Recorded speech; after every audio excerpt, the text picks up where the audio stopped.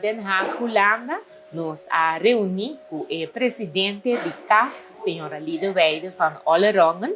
Nos passa arriba lo qual está trabalho na Cutawardo assim para melhorar a finança pública na país Aruba. E dessa aqui nós a conversar também arriba lo qual que tem que vir membro novo para Aruba, no qual está o colégio de supervisão aqui de CAF, já com a senhora Helen van der Waal, que ainda está nos membro agora que não para Aruba de CAF, seu término está acaba na augustus e ano aqui não. Pues nos hace uso de oportunidade para passar de processo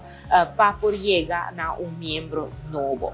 Bana de aqui nos papia também riba lo qual está e regra não pressupostário e também e manejo por agora que não está guardo trabalhar riba je para assina por tratar com uma situação de surplus já que para hopi anya Aruba atraja com situação, caminha com nós, tem presupuesto